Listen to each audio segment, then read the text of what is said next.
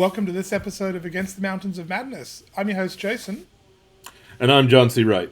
And on this episode, we're going to have a chat about the Prime Directive. Is it a good idea? So, John, you're a Star Trek fan. I'm a Star Trek fan. The Prime Directive. What is it? Well, apart from Starfleet Order number 1. The Prime Directive is the Prime Non-Interference Directive was introduced in, I think, the second season. And it says that Starfleet personnel cannot interfere with the natural growth and development of any alien primitive planet, even at the expense of their own life. It is a question of the highest moral order. And if you like, I can even read you the Sure. I can even read you the wording. Now, in the show itself, they never actually read out the Prime Directive, but in some of the non-canonical sources, like the Star Trek workbook or something. So it says, the Prime Directive prohibits Starfleet personnel and spacecraft from interfering in the normal development of any society and mandates that any Starfleet vessel or crew member is expendable to prevent violation of this rule. No Starfleet personnel may interfere with the normal activity and healthy development of alien life and culture. Such interference includes introducing superior knowledge, strength, or technology to a world whose society is incapable of handling such advantages wisely.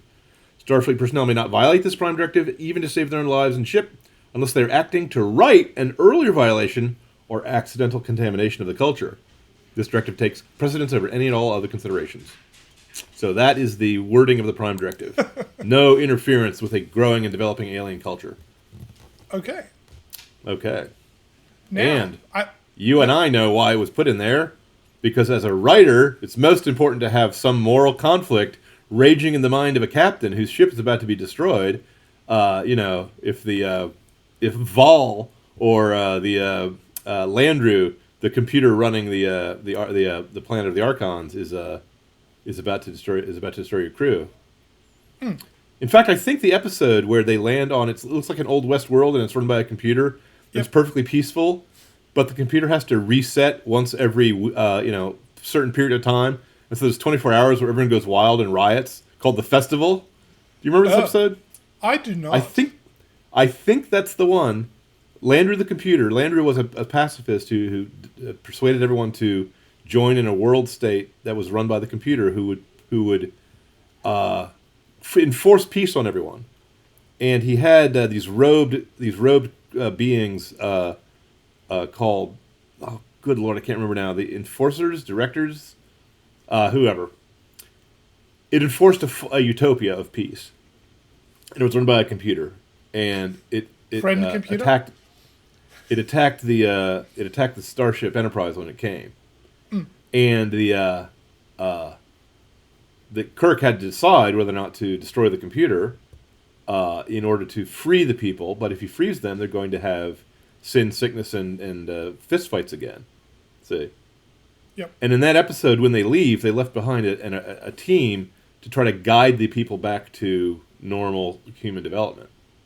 You see. And even in the very first episode where it's introduced, Spock objects that the Prime Directive of non-interference says they can't interfere with this culture, even though it's threatening to them. And Kirk replies that only has to do with a living and growing culture, one that's continuing to evolve toward progress, and that this static culture where no one has any liberty is not fit for human life, and therefore his conscience was clean. So, I mean, he's right, but in the setup, he is right. Yes, as it was set up, the show did not end with the computer is destroyed, the various races of the Archon planet fall into a global war with each other, and then exterminate each other, like the guys who are half black on one side and half white on the other side, who did destroy their planet thanks to their war and bigotry. So that, yes, yeah. In the setup, he's completely correct. It's subtle. Star Trek is subtle. Well, it also, but here's the thing: as a writer's trick, the idea that advanced culture should not interfere with less advanced cultures sounds on the surface perfectly morally comprehensible. It sounds like it's actually the kind of thing that an enlightened and kind-hearted, good and just people would do, doesn't it? Well, I'm not sure. I mean, well, there was an episode of, was it Lower Decks, maybe? I don't know. I saw a Star Trek episode. I can remember it, but I can't place it. and it was dealing with the Prime Directive, and they took someone that was Oh no, it wasn't. I think it was the Orville. No, it was the Orville, where they have something similar. Where and Yes, because the Orville is actually the best sequel to Star Trek that Star Trek ever did not do. yeah, Yeah. but they had the same sort of principle of non-interference, and they took the character who was questioning it and saying, "Why would you let my world be why wouldn't you help? You could do all this to help me, to help our people." And Right. they took him to a simulation, and they went, "See this world? Here we helped them. Here it is 100 years later, and it's just destroyed." Because, I mean, if you give A-bombs to primitives, they will use them. Is essentially Right. I mean, that's essentially the concern of the Prime Directive. If you give people technology that's well beyond what they can handle. Keep in mind that science fiction writers have been warning for years what happens if you have a technology beyond what you're morally capable of handling, and that idea became a commonplace mainstream idea after World War II, which ended by the development of a science fictional superweapon called the atomic bomb. Well, yes. See? So when Star Trek was written, it was an idea that was not only in the forefront of the minds of the writers and of the people watching the show because of the threat of atomic war. I mean, we actually know they were actually living in the area where our technology had outstripped our morality. Yeah. Okay. But all Americans, and I assume most Australians as well, always feel a slight pang of guilt about the fact that we conquered the Indians, that we conquered the Indian tribes and took over their land. You see, now as an American, I of course like living on this land, and I think where everyone's better off. But I also happen to know that the Indians were treated badly by Andrew Jackson in my country, for example, the founder of the Democrat Party, and that Democrats still continue to keep them on reservations and don't let them do things like take out mortgages on their houses so they can invest in businesses, and they're micro regulated and kept in an inferior and impoverished position. So they help them basically in the way Democrats normally do. Yeah, they help them by harming them. Greetings, world. This is John C. Wright. I and my compatriot, Jason Rennie, take up arms weekly against the mountains of madness that are afflicting and overwhelming the modern age. You are welcome here among like-minded souls, and I hope we have provided a work of insight, hope, or humor, and perhaps an explanation of the insanity that is the modern age. For more content and conversation on these and other fascinating topics of philosophy, science fiction, and current events, please visit our Substack at atmom.substack.com. Tips, bribes, and generous patronage are warmly encouraged. Thank you. Now, I don't feel any guilt about American tribes where they started they raided, carried off women, killed women and children, and so on and so forth, and then got a retaliation from the cavalry. That does not bother my conscience one bit. No. But there are also if you're an advanced gun-using, highly civilized people attacking a few scattered barbarian tribes who are hunter-gatherers or wanderers, they don't really stand a chance in the long run. No. So, I think the Prime Directive the idea was that you would prevent things like that. You would prevent the Spaniards from interfering with the growing living culture of the Aztecs and the interference with their religious practices, which, as we all know, kept the sun lit. And the Tenochtitlan and Tlahuametec are all going to be really cheesed off if they don't have their sacrifices. Well, I suppose the opposite. Do you see the good and the bad of it? We wipe out the Pequod, which is not necessarily a good thing to have done, and the Trail of Tears is nobody's brings glory to no American history book. But I'm sorry, Pizarro, I think Cortez was a hero. I don't care what you think about the glory of the Aztec Empire. They were as nightmarish a people as ever breathed air on Earth. Okay. Yeah, they were demonic. They were demonic. They were devil worshippers. Okay. And I mean, even Conan the Barbarian could not find some haunted pyramid containing a serpent god that was any worse than what those guys really did in real life. Actually, okay, and now those guys were all Christianized and they're going to heaven. So I have no pangs of guilt about that. Well, but that said, I'm sorry. Trail of Tears, the Indians were just cheated of land they were promised. I would note with the Aztecs. So when we were putting this episode idea together, there were two contrasting ideas to look at. We got the Prime Directive, which is just leave them alone already. We have Right. we have David Brin's uplift idea from his novels by Oh. the same names, where you find a pre-sentient species and you uplift them into sentience. Then you are their patron species for 1,000 years. They're your clients, which is sort of indentured servitude, but you have deep obligations to look after them and help them to be ready to enter galactic civilization. Go on. David Brin's uplift is a fascinating idea, and if you saw 2001: A Space Odyssey, you should know that whoever the monolith builders were, they had an obligation to come and rule us under the David Brin system, because that was an uplift act. I don't know if you know what I'm talking about. Yeah, In the yeah. opening of 2001, a black monolith comes down from outer Yeah, yeah. space, and the primitive ape men, when they see it, gain intelligence and turn into us. So they throw a bone in the air and it turns into a spaceship. Just to, if you want to just, you want to just summarize a geologic era of cultural progress. Yes. You see, So but unlike the Brin universe, that we had to go find them, and they apparently were going to uplift astronaut Bowman into some sort of psychic star child or whatever that meant. If you can understand the ending of that movie, then you've got one up on me. But in David Brin's made a lot more sense, because it was basically indentured servitude for 1,000 years. We create your race, and so you serve us until you're ready to take your place at the table as an equal. yes. That's the idea. Now, of course, you could have a more modest version of that, which is you find primitives and you help them industrialize and take their place. You know, join everyone else. That's sort of an extreme version of that, because you start with pre-sentient sophonts. And of course, at the other extreme, we have the Stargate approach to the problem, which is you turn up on a world, you meet the primitives, you inform them all of their gods are false, and you give them a machine gun. So That reminds me of the old saying, which is if you give a primitive a machine gun, he can fight the false gods for a day. But if you teach him how to make a machine gun, he can fight the false gods for a lifetime. So there's the Stargate approach. Yes. The Stargate Now- approach is also very American. well, Hey, let me tie these two concepts back together. In Star Trek, in the Prime Directive, in the first episode that it was introduced, was the Enterprise had to decide whether to interfere with a primitive culture that was threatening them, but it was a culture that was run by a computer. It was a false utopia. Okay, so no one was really rooting for it.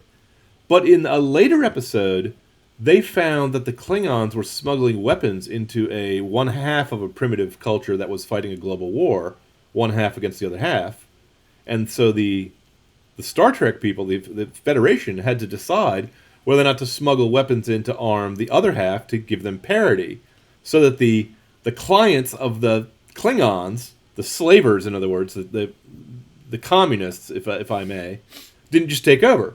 And it was a not very subtle metaphor for helping the South, yeah. helping the South against the North in the communist takeover of Vietnam. See. So in that one, the Prime Directive did not seem to have absolute sway over the Star Trek, and we were giving machine guns to people so they could shoot up the space aliens that were helping their enemies, if that makes sense. Yeah, it does. Now, that poses what I think is kind of a deep moral quandary. If you're the Roman Empire, what you do is you go in and you find some tribe that is fighting against its neighbors, and you pick one side, you divide them so they're fighting each other, and then you pick one side and say, hey, we'll help you. We'll just move in some troops and a procurator or two, and we'll give you some advice as to how to run things, and we'll set up trade between us so you'll get wealthy and we'll get wealthy. And then the Romans just don't leave, and then they wait for some excuse and they just take over more and more of your way of living. And it worked. The Romans conquered all the empire, all the world that they knew about, except for Persia. You know. Well, I So was going to say, when the Prime Directive has an exception that allows you to help two guys in a war, then it can easily turn into the Roman Empire. So that seems very dubious. Yet on the other hand, are you just going to sit on your hands while the Klingons take over everywhere? You see the problem? that's the problem. Yeah. No, I do. I was going to say, the Stargate approach, in a sense, is what what the Spaniards did with the Aztecs too. They found this absolutely horrendous, demonic society that was murdering Like, was just sacrificing people from dawn till dusk. Now, let's be fair. Some historians think the Aztecs exaggerated how many people they killed to make themselves look more badass. Okay, Of course. Okay, Well, but everybody. those historians, by the way, have been killed by Aztecs. I just should mention that they didn't return. But I would note, like, I mean, the Spaniards could never have conquered the Aztecs on their own. They turned up, No. and all of the tribes that the Aztecs were preying upon for sacrifices joined with them. Yeah. I mean, Yes, like, right. they, Right. and then overthrew them. It's not as if the Aztecs dealt with the Spaniards on an honest fashion. What they did was the Montezuma was actually kind of clever about it. The first attempt to fling the Spaniards back into the sea was by a tribe, I believe, that was not Aztec itself, and they just got slaughtered. And the news came back because Aztecs in their steel breastplates had the Spaniards in their steel breastplates. The Aztecs had no weapons that could harm them, and it was like watching the War of the Worlds by H.G. Wells, where the humans would fire their ineffectual guns at the flying disc saucers. Excuse me, if you're talking about the movie version. In the movie, the Martians were protected by a force field, so all our weapons just bounced. Okay. In the book, it's a lot better because at least the Thunderchild manages to decapitate a Martian war machine when it's fighting with in the ocean. But be that as it may, I'm digressing myself.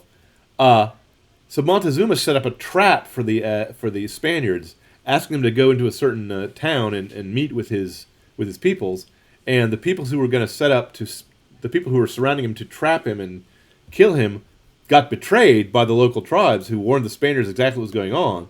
So when the Spaniards walked into the trap, they were ready for them, and they just captured the leaders of the. They were invited to a feast, okay, and they captured the leaders of the feast and held them at gunpoint, and then just killed everyone, okay. So it's not as if Montezuma didn't stick a stick into the hornet's nest. I'm sorry, I can't make myself feel that that he was in the right for any of that. You see, But you're exactly correct. The Aztec Empire would not have been toppled if the Spaniards had not had help from the surrounding peoples. Well, if all the locals didn't hate the Aztecs, for what they were doing, right, I mean, right. So if I were here's an example I always think of about the Prime Directive, as opposed to the Stargate Directive, which is arm the locals. Okay. Yep. If I was in England in I don't know the 3rd century BC, I don't remember when the Romans came, when Julius Caesar landed. While being invaded by the Romans is terrible because no one likes to be invaded by the Romans. On the other hand, when they conquer you, you get public baths and aqueducts and paved roads, and you get a lot of benefits. Now, as an Englishman, of course, my freedom is much more important. So I'd be happy to stand with Queen Boadicea to defy them. And yet, I'm sorry, England would be much poorer off, and we'd still be worshiping trees and committing blood sacrifices at Stonehenge if it were not for that. We'd be as backward and awkward as the Germans if it weren't for that. So, sorry, no shame on our German friends, but you guys did create Marx and Hitler. Well, So. I was thinking, in one sense, the opposite of the Prime Directive is the English colonial concept of the white man's burden. I mean, Yes. the English colonization was certainly was ugly at times and could have been done better, but that's probably true of most things in history. But they did see it upon let me interrupt. themselves. Okay, on. I've never seen it done better than the way the English did it. That's They fair. did brutal things. I agree. They did horrible things. I agree. But not compared to the Belgians. Oh, Not compared to the Germans. No, that's not compared to the French. That's certainly true. I mean, they could have been worse than they were. Yes. Not compared to the Romans. I mean, like, Right. I don't believe the British ever crucified anyone. but the point was, like, they saw it as their mission to civilize the savages and bring them the benefits of civilization. Right. Well, I mean, whatever you can jump up and down about it as much as you like, but that is at least a fairly noble motive. I mean, nobody really wants to talk about it and just wants to paint the whole thing as evil and terrible. But I noticed that they have trial by jury in India. Well, see, this is it. I mean, like prior to the English coming to India, wives would be burned when their husbands died. They would be They were expected to be thrown on the funeral pyre and die along with their husbands. And the English just turned up. Sooty. Yes, and the English just turned up and said, "We don't do that here." No, it's better than that. It's better than that. Yeah, it's the local Hindu objected and said, "Sir, this is our custom. You can't interfere with it." And the British military governor said, "Yes, we English also have a custom, which is that after you committed murder, we erect a gallows and hang you in the public square. So you may carry out your custom, and we'll carry out ours. And we'll carry it out and be done with it." Yes, and be done with it. But it's historically, like, it's very difficult to argue historically that everywhere that England colonized, and the longer they colonized them, the better, is better today than everywhere next door that didn't get the benefits of that. And I mean, correct. And I don't have to sit there and go, therefore colonialism was wonderful and there was nothing wrong with it. I mean, like, no. you can still be critical of it and say, well, it could have been done better, but yeah, there's no way to conquer a people without being brutal. Okay, I'm sorry. It's a miserable business.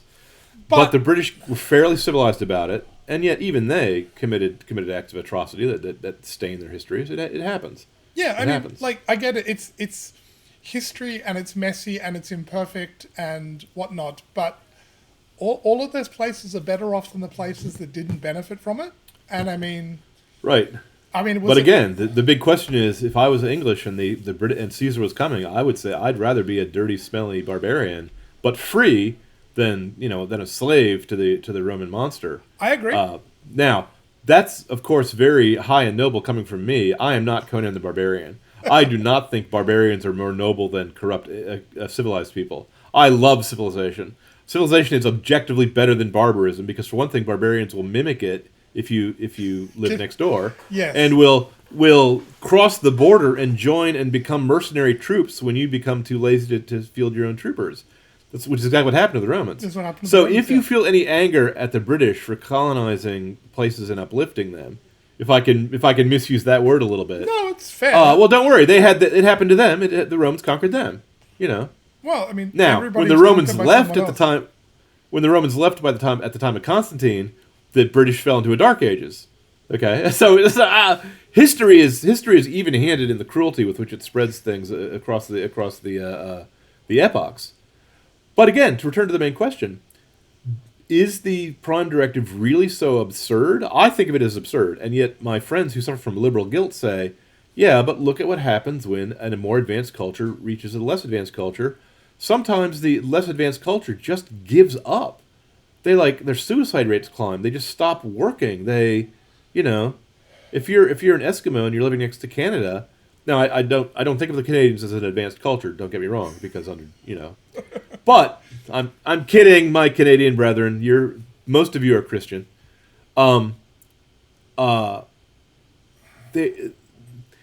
At best, you might turn into a cargo cultist. Are you familiar with the cargo cult? I am familiar with the cargo. In World War II? Explain in case anyone doesn't know. There's slightly hilarious. It's slightly hilarious, but it's actually very sad. There's a group of primitive tribesmen who, during World War II, the Allies tried to get some natives to help them in their local factories because they were heavily undermanned. And one of the guys who had been a factory worker went back to his tribe and said that the metal birds that were flying overhead were the gods, and they were carrying cargo. And if they built airstrips, then the cargo would land and they would get it because the white men were stealing the cargo that the gods intended for the tribe. See? So the guys cleared strips in the jungle and put up mimic towers to be landing towers, and even built out of bamboo convincing models of airplanes to try to lure the airplane to the land so the cargo would come down from heaven like manna, and they were actually worshiping our technology, which is every science fiction writer ever has written a book about has written a story about something like that, because it's just so outrageous, that technology can allows you to mimic a god. See, just off the top of my head, Gather Darkness by Fritz Leiber, for example. Okay. Oh no, let me give you a better example. You want to talk about the Prime Directive? I read a book in my youth called Enchantress from the Stars. Let me explain the plot if I could really quickly. Sure. There's a primitive planet that's like in the Middle Ages, and the main character is basically Ivan from Russian folktales, or Jack the Giant Killer, and he lives in a medieval village. A group of highly industrialized, exploitive, technological starfarers, the technocrats, land on the planet, set up a base, start to enslave the local population, and set them to digging up ore or something. They're trying to get, I don't know who, unobtainium or something of the sort. Gold. They're digging for gold. A more advanced race, unknown to the technocrats, exists, who have psychic powers, and they hide their worlds by a screening technology, so the technocrats don't know they exist.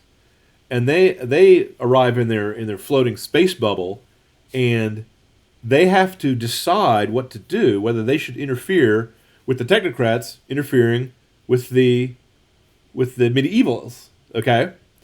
And they don't want to bring attention to themselves, and they hold it as a high principle not to interfere with the developing species. But of course, the developing species of the technocrats, their way of life is to exploit the weaker, the weaker species. So there's a little bit of a paradox there. What they decide to do is they find one of the natives has enough psychic gifts that they can be trained to learn telekinesis, and so Jack, the medieval villager, learns mystic powers from a person he regards as an enchantress, as a magical fairy from the stars. Okay, and he learns to move objects with his mind. So when the thugs come in, when the technocrats come in to try to push around his people, he can force them back, like, I don't know, Neo or something stopping a flight of bullets. It's an awesome scene. And they panic and they run. And they abandon the planet. They leave it alone. Okay? So, this story was read to me when I was like in 5th grade or something by a teacher. And the teacher wanted to know which of the 3 groups we identified as us, you see. And I said, oh, well, I'm an American. We're the advanced people. We're obviously the psychics. And she said, oh, no, really? I thought we were the technocrats. I thought we were the exploiters.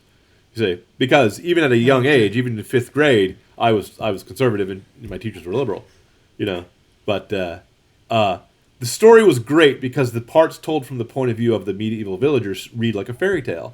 The parts told from the point of view of the technocrats reads like a police procedural, like a military SF, And the parts told from the point of view of the psychics is like an Ursula K. Le Guin story. So there's the Prime Directive for you. Did the psychics break the rules or not? Did they play within the rules, or is it like when a hunter goes into the wild and uses a blind so the game aren't startled? Are the psychics allowed to visit Earth? Because I believe the conservative commentator Matt Walsh believes that the lizard people of Alpha Draconis are among us even now. And I do believe that certain of the political leaders in my country are space aliens. I think that's a reasonable assumption. I don't think they're here for any benevolent reason, though. They're not the enchantresses from the stars. They're some horrible creatures. So. They might be space aliens. It wouldn't be. It's not the weirdest hypothesis. The basic question, I say again, is in the Prime Directive is whether or not you yourself do more harm than good. Now, if you suffer from what I'll call liberal guilt, and you look at the Red Indians and you say, "Oh, it's terrible that the white man, conquered them," then you would say, "Yes, the Prime Directive is always a good idea." But if you're a guy who says, "No, wait a minute, they have trial by jury in India, which they would not have had they not been conquered by the British. They have roads in England, which they would not have had England not been conquered by the Romans." You can't always say that trade and contact with a superior species is going to be bad for you. An example that happened in I don't think it was an original series, but there was a Star Trek episode. Forgive me, I can't think which one it was, where there was a plague on the planet, and the ship's doctor had to decide whether or not to cure it, whether that would constitute an interference that violates the Prime Directive. There's a few Well, episodes like that. Well, there's also an episode of The Orville where they go down and they land on a planet where everything is run by social media, and you swipe on your smartphone left and right for your mass trials to see whether you live or die. And they have to get their crewmen out of the because he goofs off and makes fun of a public statue. He doesn't know who it is, and it turns out to be someone important. And they have to flood the zone on their internet and manipulate public opinion to get the guy off the trial. You know, and it was one of those biting social commentaries I've ever seen. But the Orville managed to get their man out of danger without actually, landing in force and beaming down. They don't beam down in the Orville without landing in force and phasering people and then hauling them away. So they didn't interfere because they kept it subtle. But if I was one of the peoples conquered by the Aztecs and the Spaniards were landing, I would really be happy if Pizarro, rather than Captain Picard, was in charge of the away team. Okay, I'm sorry. Definitely. I would like to be interfered with. Not that life under the Spanish Empire is all that great shakes either. Don't get me wrong, but it's better than it's better than. In real life, you deal with what you have. In real life, you deal with what the problem is. You deal with your options are usually between bad and worse. They're not between good and bad. Yeah. Your options aren't usually between perfect and bad. They're usually less than ideal and less than idealer. Yes. Because compared to Utopia, everything fails. Everything sucks compared to Utopia. In practice, not necessarily, because Utopia always ends in blood and fire. No, because Utopia doesn't exist. It's a satire. Of course. But it's only by comparing things to Utopia can you make fun of the most advanced, most generous, most progressive, most conservative, most enlightened, most wealthy, and most powerful civilization that's ever existed. Because they're not which perfect. is Christendom. Yeah. It's but we're not perfect. Well, right. But I mean, and you just think if we have a genocide or a holodomor, we can make it perfect if we just sacrifice blood to our evil gods. Excuse me, that's an off topic. I would like the Prime Directive to protect me from communists. So yes, if there's a Prime Directive that will prevent the communists from coming into my country, taking over the schools and teaching my children garbage, I'm all for it. Star Trek. So stay in San Francisco. No, well, I guess this is in a sense the problem. If you have a principle like non-interference, how do you deal with the case of bad actors? How much are you allowed to interfere to stop bad actors who have no such rule? There was a Voyager episode where some Ferengi had ended up in the Delta Quadrant coming through the Barzan wormhole, and they were all the crew were all excited because they might be able to get home if they can just figure out how to make it all work. Of course, it doesn't work. Yeah. It's a season 2 episode. Yeah, of course. It's Gilligan's Island. Gilligan is not getting off the island. Yeah, of course it doesn't work. But the Ferengi have turned up, set themselves up as, have a replicator and have set themselves up as local gods, or as prophesied beings that would come from the stars. And Voyager solves the problem of removing the Ferengi by reading the stories and discovering there's a way for them to go. And it's a close run thing because they leave on a tower of flame, which the locals' interpreters burn them alive. Because the locals are sick of being oppressed by the Ferengi as well. I didn't see the episode. What happens to the Ferengi? Is it left ambiguous, or do the Ferengi get burned? No, right at the end, they beam them away. And then the Ferengi steal their ship from Voyager's hold, and then they take it. The Barzan wormhole turns up, but the Ferengi sneak down it, and in doing so, destabilize it, so they won't be able to use it to get home. But the Ferengi get back to where they came from, so they don't have to deal with the Ferengi are out of the picture, but not causing a problem. Showing once again that the Ferengi way of life, which is free enterprise at all costs, is the best way of life, and they keep their women oppressed, and so they don't have a matriarchy like the Federation does. I agree. I think that's a great idea. Now, I have to say, the Federation's non-interference directive, which I believe canonically they get from the Vulcans, because the Vulcans also have a non-interference directive. Only once you create warp drive do they come by and talk to you. Do they make first contact? But even then, if you remember Enterprise, I don't know if you saw Enterprise, but the Vulcans were. But Enterprise takes place before the Prime Directive is enacted into law. No. But it takes place as the humans are trying to build a Warp 5 starship, or building their first Warp 5 starship, and yes, the Vulcans have been hand-holding them, but impeding their progress as they go, and right. Now, doesn't that sound like David Brin's idea? The David Brin idea, just to remind you, is that the more advanced culture has a moral obligation to uplift the less advanced, but in return, the less advanced has to accept their guidance and turn it into their client state. See, and I should mention one thing that's just genius about David Brin's idea is when the humans encounter galactic civilization, no one knows who uplifted us, or if we're just like a Mowgli, a child raised by wolves. If we just evolved by ourselves, which seems impossible to them. I love that idea because I, of course, think that the monolith builders from 2001: Space Odyssey are responsible for us, and they're hiding from the rest of Brin's civilization. But like I said, the Vulcans basically they don't actually have it as a law in Star Trek. The Brin idea, the Brin uplift rules, but the Vulcans were supposed to be our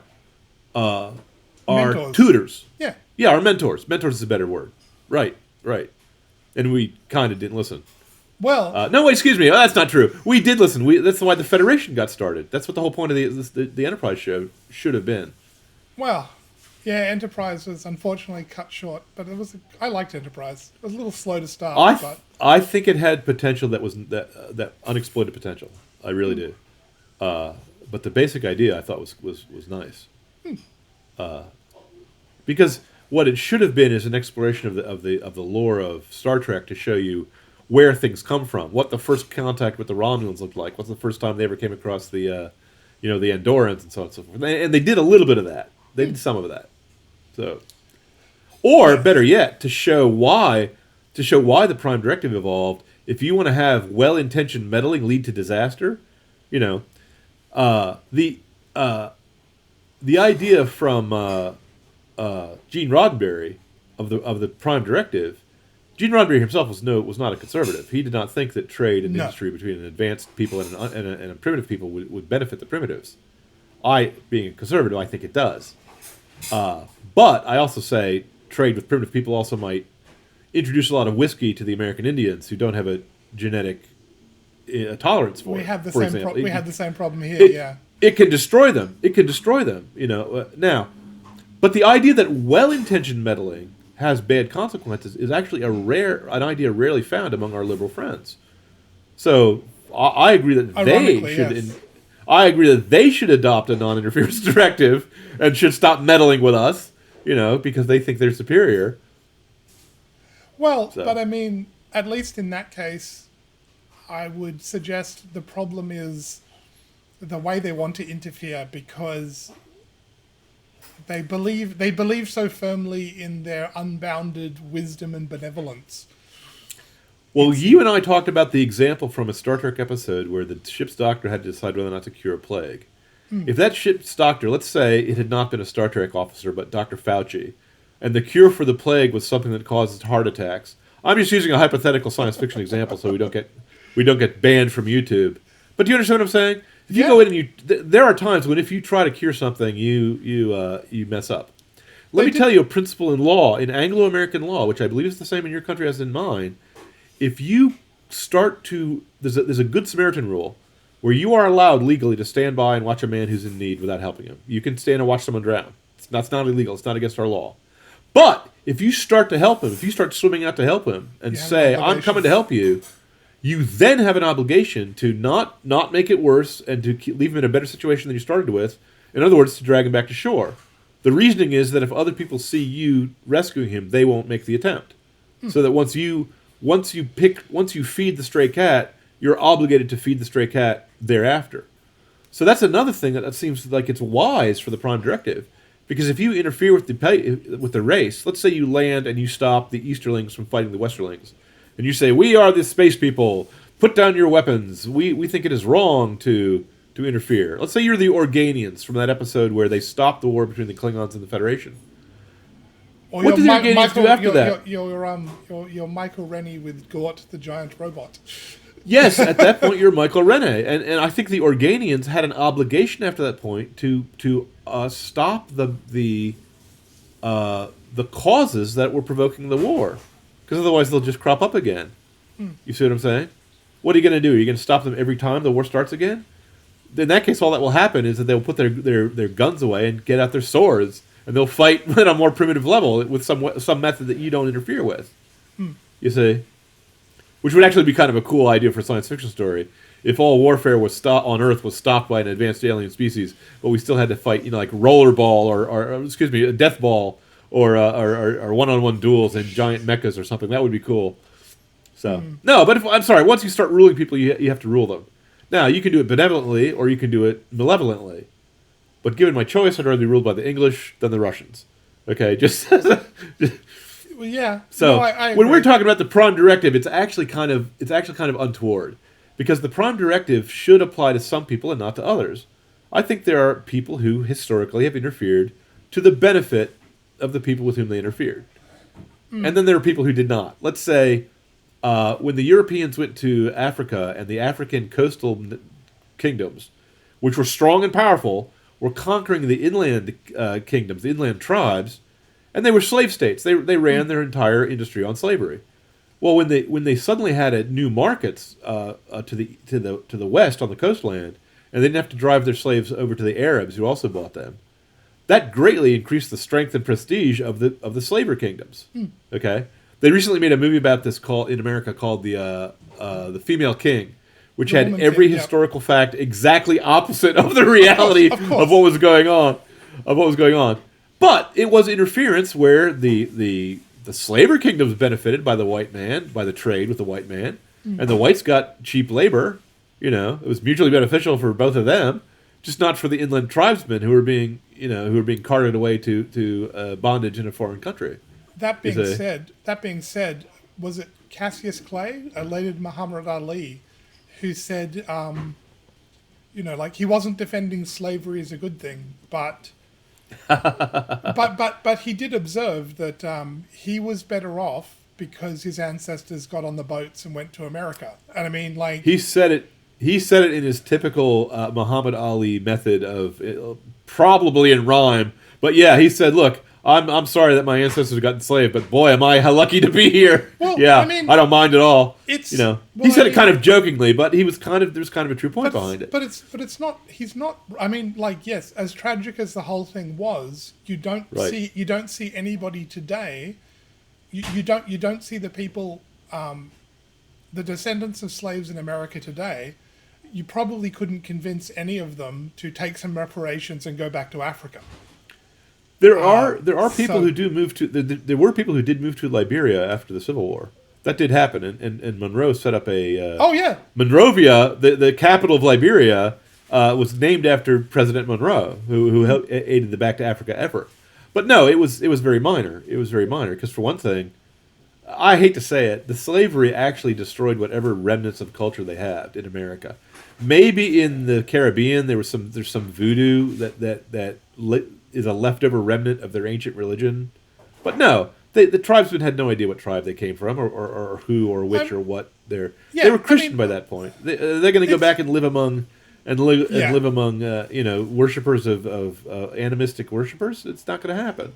No, I get it. Their culture was so entirely destroyed that they had no other place to go. That's true. But I mean, you can.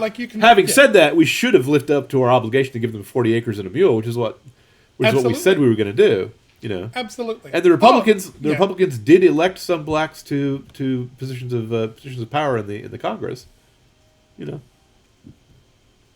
of course. No, I mean, look. So, the reality is slavery was the Atlantic slave trade was ugly and awful and a bad thing. Yeah. But at the same time, the descendants are better off for it. However, you don't have to say England, it's a good thing. It's like my example of England being conquered by Rome. Yeah. Queen Boadicea didn't like it, but it's better off. Now, here's the thing. We can't use that as an excuse to do anything. No, because I believe that God Almighty takes evil things that men do and brings some good out of it. He knows how to do that because he's God. Yeah. We do not. That doesn't excuse us from No, doing no, we evil don't. to We people. don't get to do. We don't get to do evil, But- so good will result. No, we're not allowed to do that. But the Prime Directive also stops trade. It also stops contact. It also stops us from arriving at the primitive planet and saying, "Oh, by the way, you're not alone. You will be able to survive your." Let's say you're Gort. Let's say you not your Gort. You're Klaatu. You land in the spaceship and you step out and you've got your giant robot and you say, "Earthmen, you think you're going to destroy yourself with now that you have atomic weapons and space travel. We survived, so it can be done." Wouldn't you love to hear that message from the space aliens? I Especially guess, especially in the middle of the Cold War, where during the Cold War, every single science fiction story I read every single science fiction story I read said the world was going to blow itself up. There was going to be an atomic war. Even in Star Trek, which was really optimistic, there had been a genetic war in the 1990s. There had been an atomic war. You know, I'd love to hear from the space aliens if they were going to say, I guess "It can happen. I guess You can make it." The problem is you have was it there's a great John Ringo wrote his Troy series, which are quite fun. Some military SF about humans. But at the start of the book, the humans have met aliens from the stars. The aliens from the stars have turned up and gone, "Hey, how's it going? Let's make contact." And the humans don't have anything to trade. So they're giving away all of their precious art and things to try to get the alien technology. But, you know, like, they don't really, like, they're in the position of the primitive tribe who are giving away things of value in exchange for trinkets because they don't have anything of value to trade until one of the humans discover maple syrup. And the alien and maple syrup is to the sort of leading alien group. Crack, like they love it. It's just an amazing taste sensation among them.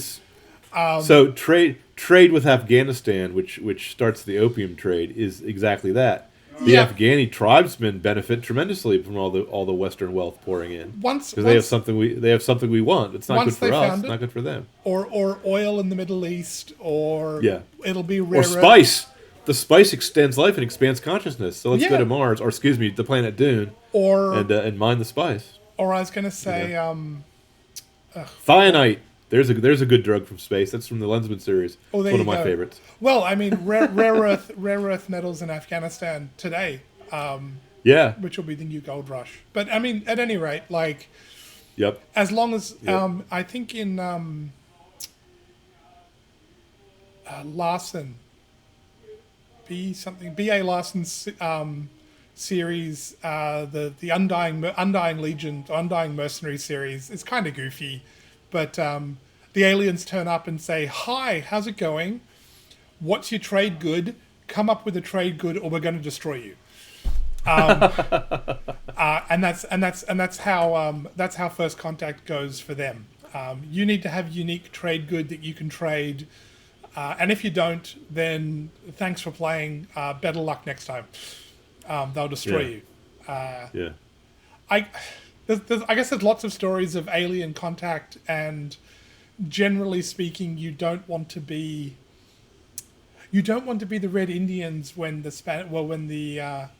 colonists turn up. It doesn't tend to go well for you. Let's put on our thinking caps. Is there any historical example of a primitive people meeting an advanced people where the first generation of primitive people actually achieved some great benefit? I myself think of the Japanese as an example of where when the Portuguese showed up, they went, "Oh, please teach us how to make these firearms that you." They actually learned, and they actually, because Japan historically tends to play catch-up, tends to play copycat to China, which is the older, bigger, more wealthy, more powerful neighbor. They're highly imitative people, and they're willing to adapt quite quickly. And when they saw the European powers, by the time of World War I, they had caught up. Yeah. They were able to fight the Russians and beat them. Okay, that's no small feat. That requires a lot of effort. Okay, and they actually sent ambassadors and scholars over to the West to learn our ways, our works, and our ways, and they came back, and it benefited them. Okay. Now they kicked the Europeans out for a few hundred years. That's true, until we showed up again with a gunboat. Oh, there's an excellent example of violating the non-interference principle. Admiral Perry steaming into Yokohama Harbor. Was that beneficial to the Japanese?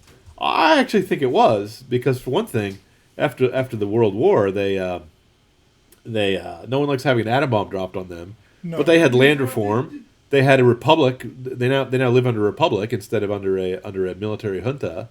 You know, they became for many years they became a technological superpower, so much so that cyberpunk to this day assumes Japanese-run companies will be running the world in the future. That's gone the way of all the futures where the Soviets started an atomic war. No one predicted the atomic war to be started by the Americans because we have an incompetent in our White House. Yeah. History unfolds oddly. So I think the Prime Directive draws down to two things.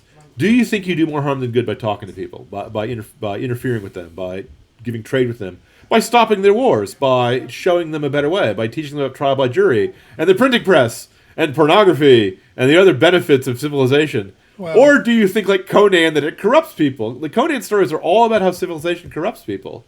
You see, it does. I mean, not to put too fine a point on it. It does. It does. The benefits outweigh the detriments, except when they don't.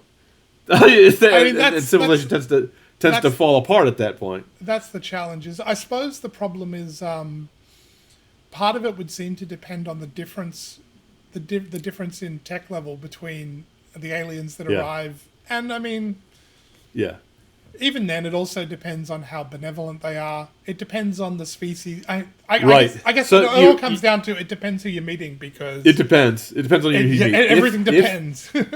If the monolith builders descend in a beam of light and they say, "We are the space aliens," if it's Klaatu, he says, "Don't frell with us or we'll destroy you, but you can run your own affairs." That's fairly benevolent. Okay, that's okay. You can live with that. If it's the guys I talked about in Contact by Carl Sagan, mm-hmm. The aliens go to elaborate efforts to make first contact, and all they do is they say, "Keep your chin up, pal. There's hope for the future. You can survive your current growing pains and join us later." You know, but they don't do anything for us. They don't give us anything. They don't give us any beads. I mean, look, I would sell Manhattan to the white man for some beads, because then I'd be the only guy with beads in all of the North American continent. Okay, and they'd be glass beads too, and you couldn't find anything like this. It would be like the jewelry of the gods. Okay, so I'm not sure he was rooked out of anything. I don't think that's an unfair deal. Did you see the film The Gods May Be Crazy? Yes, I did. With the Coke bottle. The Coke bottle, and the Coke bottle's amazing. The Coke bottle's amazing. It can be used for a variety of things. Yes. Yep, but it brings dissension into the tribe because it brings envy. Yeah, so he has to get rid of it. No, that's a great film, and it's also a film where the more advanced culture interfering with the primitive culture doesn't have good consequences. Not intentionally, though. I mean, but on the one hand, if you meet the Carl Sagan aliens, they'll say, "Good job, kid. The future looks bright," but they won't do anything for you. Okay. If you meet Klaatu, those aliens will say, "Don't frell with us, or you'll find out." But they won't do anything for you either. Okay, they won't stop your wars. They're not the Organians. If you meet the Organians, they'll say, "Warfare is forbidden. We will burn you if you try to put a finger on the button to launch your weapons." Okay, that's kind of benevolent. At least it stops a war, but it's a little creepy. The Metrones, if you meet the Metrones, they will make you fight a lizard man, and whoever wins, if you show mercy, they'll spare you. Otherwise, they'll blow you off the map. That's kind of creepy, and that's kind of scary. You know, when most people meet in real life, people have occasionally met superior supernatural beings. They're called angels. And the angels will have to say, "Fear not," as the first thing to say, because people are scared witless, and they think they're going to die when they meet them, okay? Super beings are difficult to meet. But if you meet, let me just finish my sentence. Sure. But if you meet the aliens land, and they open their spaceship, and it's first contact, and they come out, and they touch each other, and they play the ET music, and ET says, "We are the space Aztecs. Prepare your children to be sacrificed to our space gods." Then it's not so good for you, and maybe the Prime Directive would be useful. And I interrupted, so go ahead. Sorry, no, I was just going to say, it's translated "be not afraid," but I did read somewhere, apparently in the original language, like the original meaning of it was something closer to, "Will you please stop screaming?" Which made me laugh. You have to admit that even benevolent superior beings can be quite unnerving. I'm not sure I would want to meet one. That's understandable. I mean, yes, and as you were saying, I guess if the aliens turn up and they have their manual to serve man, and you discover it's a cookbook. Yes. So Yeah. Because it's covered with space dust. Yes. Right. Yes. So the choice is if you meet the aliens, if you meet the superior beings, and they're your mentors, that's not so bad. If it's Big Brother, that's pretty bad, you know. And if it's we need to round up some primitives for our gladiatorial games because you amuse us, that's the worst of all. Well, I don't know. Is the gladiatorial games or hey, you're the galaxy's new taste sensation, which is worse? Which was sort of the which they've done, which they did amusingly in the Twilight Zone. They took that off in The Simpsons, and the whole V story was the same. Well, the original V was humans are the galaxy's new taste sensation. In V, the V did not stand for vegetarians in that show. No. But yes, I don't know. I guess yes, it depends who your oppressors are, because certainly it depends. Because certainly it's reasonable to arm the enslaved enslaved. What are they called?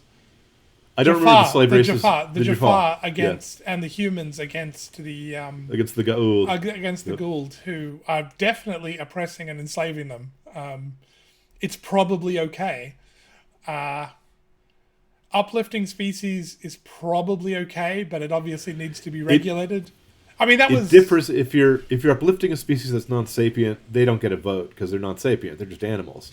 But if you're uplifting a primitive people who might otherwise develop into something else, that's what Star Trek is questioning about.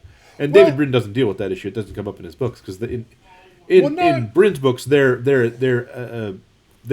advancing a primitive people. They're advancing an animal to a sapient race. In Brin's books, it's the most extreme case where you're taking animals that will probably become sapient or have the potential to become sapient, but it's heavily regulated because no doubt many of them would go, "We're going to uplift you. Hi, we're your gods. Get on your knees," which is effectively what the Goa'uld do. Yes, basically. See, that's the problem between the mentor and the big brother, between the mentor and the pretend god. Yeah. And the other problem is that even if you say we're not gods, they might bow down anyway.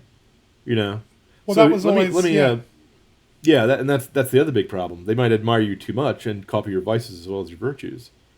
Which is the concern of the Prime Directive. Here's the way I would say it. If you wanted to ask me personally and you want an honest answer, I would believe in the Prime Directive for non-Christians, but Christians have an obligation to go to others and to tell them the good news of Christ, and to tell them the advantages of civilization, and to tell them not to to avoid things like polygamy. We have an obligation to civilize people. It depends what you're taking to them, doesn't it? Yeah. Now, if you're starting the Opium Wars, no, that's reprehensible. Okay. But if you're a Christian and you think you're going to answer to God, then there's a guy who's made first contact with us, who uplifted us, who has a much higher obligation than, and he's his eye is on the sparrow. He knows what you're doing. If you treat the uplifted thing in the science fiction stories I write, if you treat any species you create as if you are a father, rather than as if you are making a robot, making a good that you own, it should turn out well, because then you're willing to sacrifice for the job, you see. But if you're just there to exploit it, you want something that's useful to you, and if it's smart, it's more useful than if it's dumb.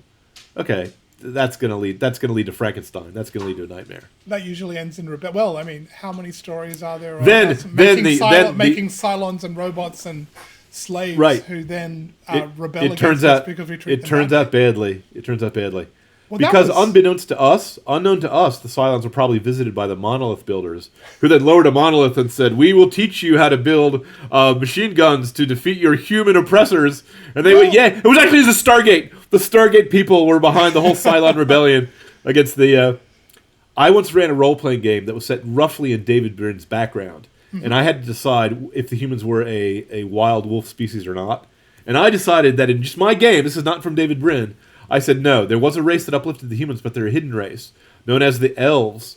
All the fairy stories of creatures who live on Earth but are hidden, that's them. And they're just a race that's very shy and doesn't want to the other galactic members to know about them, but they needed servants to help them out, and so they made us. this So- actually just had an interesting thought. I was reminded of the Orville series with the Kalon, where the Yes. Kalon are the robot species that you discover exterminated their creators entirely, and have it out for all organic life, which Right. when you first meet them, and when you first discover all this, it's portrayed as a bad thing, but later on you discover actually the Kalon's creators gave their robot servants pain and then proceeded to torture them for just for laughs, for their own amusement value. entertainment, and then eventually the Kalon slew their creators. It was sort of Look, at that point I'm you're on the going, side. they sort of had it I'm on coming. the side. I'm on the side of the Stargate people at that point. Well, no, but Which, by the way, the book I mentioned, Enchantments from the Stars, was also the Stargate people, the more advanced people telling the more primitive people how to rebel against their oppressors.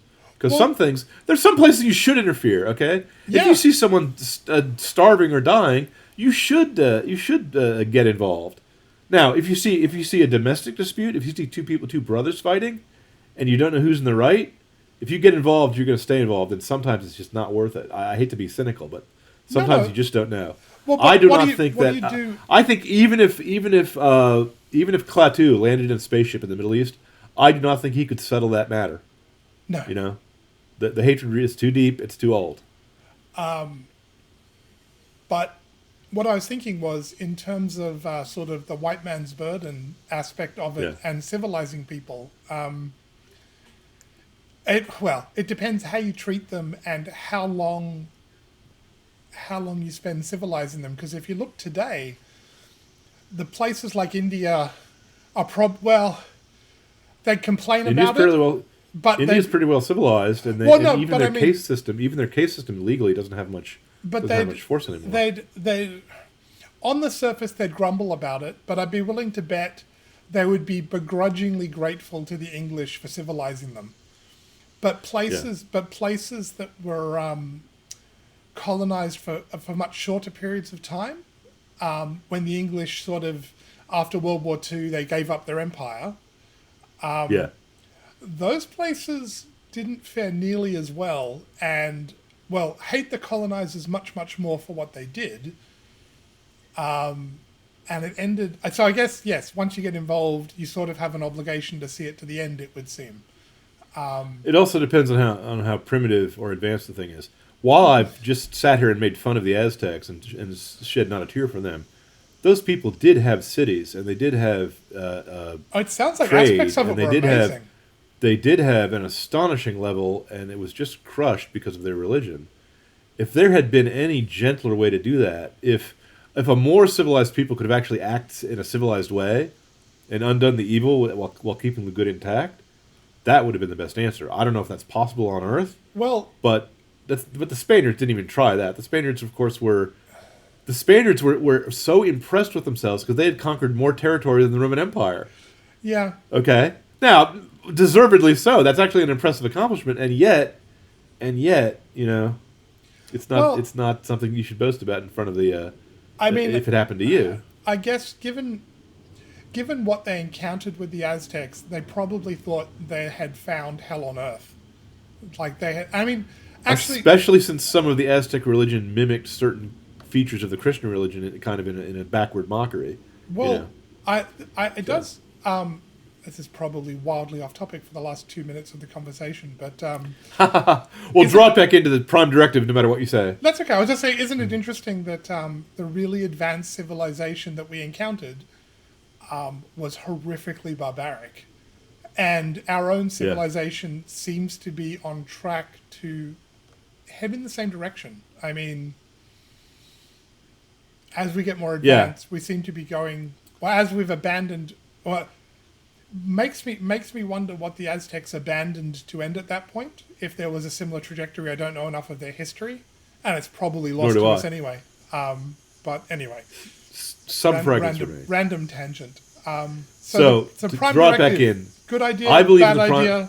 I believe in the Prime Directive for communists. They should be not allowed to interfere with primitive peoples. Fair enough. But I think that Christians have a commission where they're required to go out and tell all the alien species, even at the expense of our lives, even if you go as a missionary into the wilds of North America and are killed by either savage Indians or by ghetto gangbangers, we have an obligation. So I can't obey the Prime Directive, okay, as a Christian. So the modified, but that doesn't mean I need to open up the opium trade with them or sell them pornography or anything like that. I'm not even sure about selling them atomic bombs. Some people don't know how to use them wisely. So, the Prime Directive people have a point. So what you're saying is we have an obligation to take the virtues of our civilization to them, protect them from the vices, and treat them as equals. Yes, I believe in equality fundamentally. Even if they're primitive, that doesn't mean they're not made in the image and likeness of God. Well, we're to treat. Well, actually, that's a much better way to put it. We're not to treat them as equals. We're to treat them as fellow beings created in the image of God. Let's not fall into the communist trap of thinking the word equals means anything other than equal in the eyes of God. When Thomas Jefferson penned those immortal words that it's self-evident that all men are created equal, he was taller than other people at his time. He was smarter than other people's time. He was richer than other people's time. So he wasn't talking about how tall or rich or smart you were. He was talking about your dignity as a human being, whether it was morally correct or morally incorrect, to treat you as being governed by the same laws and the same Ten Commandments as apply to everyone else. All the Jews and all the Christians are bound by the Ten Commandments, but all the human race is bound by the covenant of Noah. Yeah, okay. I assume that applies to space aliens as well, because they must come from somewhere. So I would say your Prime Directive is better than Star Trek's Prime Directive. We have to export the good parts of civilization and protect them from our vices. Amen. Yeah. Why not? That sounds reasonable to me. Yes, and treat them. Yeah, basically. I mean, yeah. And treat them as equal. Treat them as children of God. And aspects of the Prime even if they're lizards, you know. And aspects of the Prime. Well, yeah, the Prime Directive obviously does have a point. You have to be careful what technology. I mean, I guess in a sense, the Vulcans had it right to a degree, as they always do, because they're perfectly logical. Well, no, Hail, Vulcan. They had it right in the sense of they've reached the point of having warp travel. So they're going to go out. They're going to go into the stars, and they're going to meet people. So at that point, you go and meet them and say hello. So it's you try to manage the shock, and then you try to mentor them and make them good citizens. I mean, that's essentially the white man's burden. But I don't mind if they do it that way. I don't mind if they do it that way. Because if they gave us the food replicator the first time they showed up at the end of Star Trek First Contact, it would have ruined the economy and the industry of the entire Earth. Well, that's literally because people would stop working. That's literally what we do in Africa. We export all our old clothing to Africa, and it's destroyed their local textile industry, and it's a real problem. I believe that the Prime Directive should apply to places like Africa, because here's the other problem. Unless you get the Chinese to agree also, all that will happen is that will drive them into their orbit. So that's the other problem we didn't even discuss what the Prime Directive is. It's an all or nothing thing. What do you do with the Romulans and the Vulcans? The Romulans and the Klingons? Maybe if you're Switzerland, you can have a. Maybe if you're the Switzerland, you can have a Prime Directive. Okay, I'm sure the Swiss have never done anything bad to Africa, but no. Otherwise, when the free enterprise becomes a pusher addicting you to something that you then can't get rid of, and it robs you of your growth potential. No, that's not the right way. That's not the right way either. So as with everything, it's complicated. It's complicated. But I still would like the aliens to make contact with us because we're overdue. You know. Well, on that note, thank you everybody for joining us. Like, share, and subscribe. Check out our Substack, and we'll talk to you next time.